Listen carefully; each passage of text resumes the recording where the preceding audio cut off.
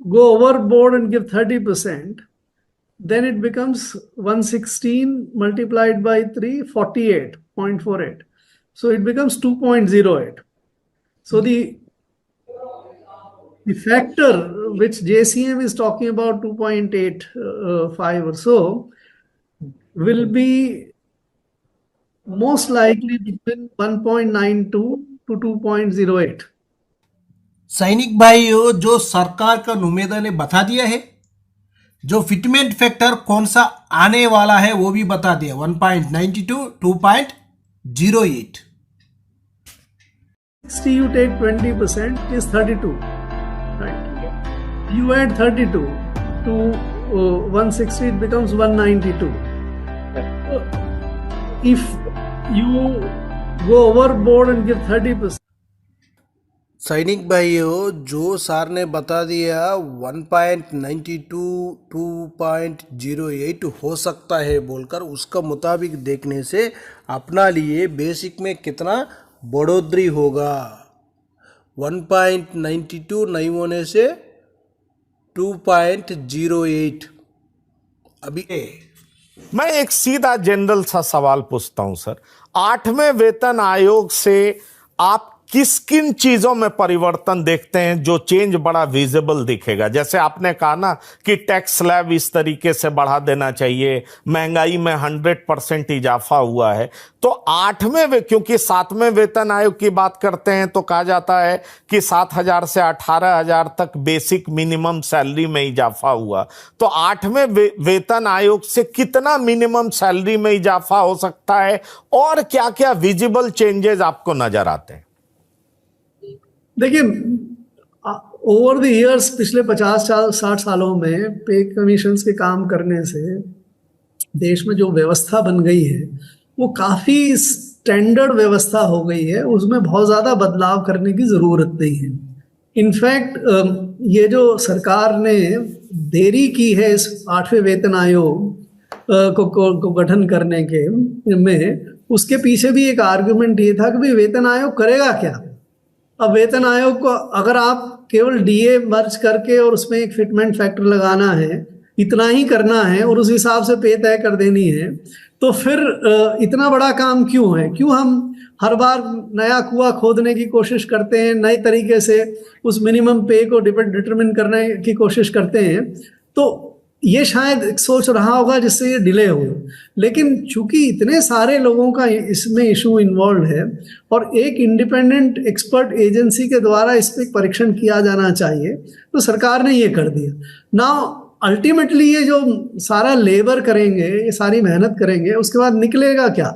निकलने के point of view से मेरे, जो आप पूछ रहे हैं, नंबर 1 मेरी अपेक्षा ये है कि सरकार या पे कमीशन जो रिकमेंड करेगा वो 2 गुना करेगा. तो 18,000 की जो मिनिमम पे है वो 35,000 से 36,000 रुपए के बीच में तय होगी, ऐसा मेरा मानना है. Yes sir. दूसरा, सरकार ये पे कमीशन अलाउंसेस में कोई परिवर्तन नहीं करेगा और कोई परिवर्तन करने की जरूरत भी नहीं है, क्योंकि डीए का अपना एक फॉर्मूला है. उसके बाद 1 जनवरी 2026 से जितना भी कंज्यूमर प्राइस इंडेक्स में बढ़ोतरी होगी उस प्रोपोर्शन में डीए फिर बढ़ने लग जाएगा. उसमें पे कमीशन को कुछ करने की जरूरत नहीं है. बाकी जो और अलाउंसेस हैं, महंगाई भत्ता वगैरह, इस पे भी चर्चा हो रही है सर. ये मैं बता रहा हूँ, महंगाई भत्ते में कोई चर्चा करने की जरूरत नहीं है. ये पिछले 40 साल से यही फॉर्मूला चला आ रहा है और वही फॉर्मूला आगे भी चलेगा. जरूरत एक ये है कि अब देखिए, देश की आर्थिक स्थिति काफी बदल गई है. देश में फाइनेंशियल सिस्टम बहुत विकसित हो गया है. अब आज से 30 साल पहले, 40 साल पहले सरकारी कर्मचारी घर बनाने के लिए लोन लेगा या अनाज लेने के लिए लोन लेगा या शिक्षा के लिए लोन लेगा तो वो सरकार से लेता है. आज के दिन ज़्यादातर लोग बैंक से लेते हैं, दूसरे व्यवस्था से लेते हैं, सरकार से नहीं लेते. तो सरकार को अपना जो वेतन का स्ट्रक्चर है उसको और सिंप्लीफाई करना चाहिए. ये जो लोन्स वगैरह हैं वो ख़त्म कर देने चाहिए. बहुत सारे अलाउंसेस जो हैं वो कई तरह के अलाउंस, कोई स्पेशल पे चलती है, कोई ये नर्सिंग अलाउंस चलता है, कोई वो अलाउंस चलता है. ये अलाउंसेस में जितनी सारी वैरायटी और जितनी समय खराब होता है उतनी करने की जरूरत नहीं है। अगर पे कमीशन सिंप्लीफाई करके केवल एक तय कर दे कि भाई ये अलाउंसेस भी सब मर्ज किए जाते हैं और पे को उस हिसाब से भी बढ़ा दे, और केवल ये 10-5 जो है स्पेसिफिक अलाउंस ही आगे जारी रखेंगे, और सारे जो ये क्या कहते हैं लोन्स बंद कर देंगे।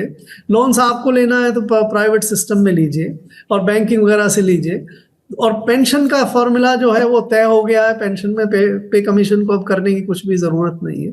तो ये 3 या 4 चीजें भी अगर पे कमीशन से हम उम्मीद करें, दुगनी तनख्वाह, नो चेंज इन डीए के फॉर्मूले में, अलाउंसेस का रेशनलाइजेशन और लोन्स को खत्म करना, तो आई थिंक पे कमीशन 8वां पे कमीशन जो है वो देश की जो पे स्ट्रक्चर की व्यवस्था में अपना अच्छा योगदान दे पाए। सर, आपने बहुत ही सरल तरीके से सब कुछ समझाया।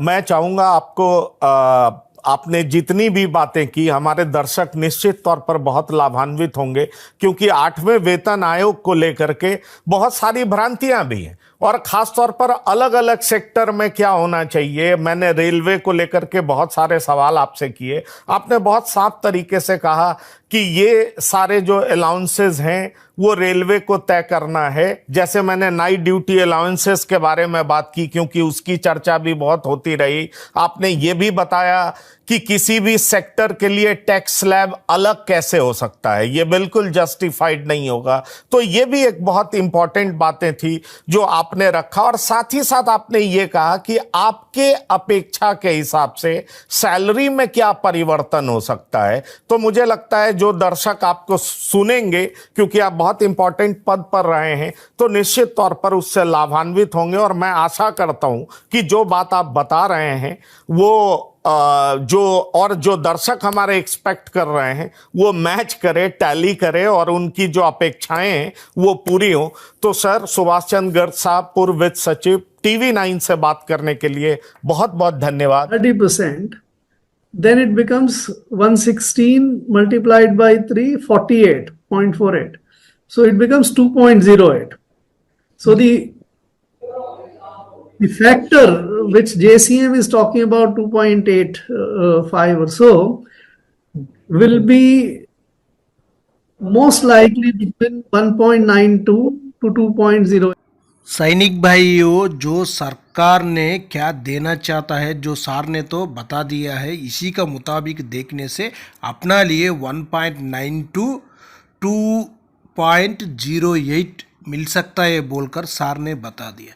इसी का मुताबिक हमारे लिए एक टेबल भी है, इसी में पूरा जानकारी ले लेंगे। इसी में देखो, ये टेबल भी आप लोग चाहे तो इसी में कौन सा रैंक के लिए कितना कितना बेसिक बनने वाला है वो भी आप लोग जानकारी ले सकता है। 1.92 फिटमेंट फैक्टर मिलने से अपना बेसिक OROP3 का बेसिक, और उसका बाद अपना लिए 8th CPC में कितना बेसिक में बढ़ोतरी होगा बोलकर इसी टेबल का मुताबिक आप लोग आराम से जानकारी ले सकता है। सिपाही से लेकर ऑर्डिनरी कैप्टन तक इसी टेबल में है। आप लोग को एक स्क्रीनशॉट लेकर भी जानकारी ले सकता है, नहीं होने से आप लोग पूरा वीडियो देखकर भी जानकारी ले सकता है। आपका बेसिक 8th CPC में 1.92 फिटमेंट फैक्टर मिलने से अपना लिए बेसिक कितना बनेगा और बेसिक में कितना इंक्रीज होगा वो भी जानकारी इसी टेबल का माध्यम से आप लोग ले सकता है।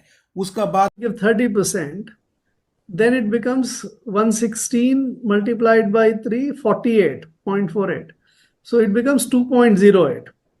So the factor which JCM is talking about, 2.85 or so, will be most likely between 1.92 to 2.08.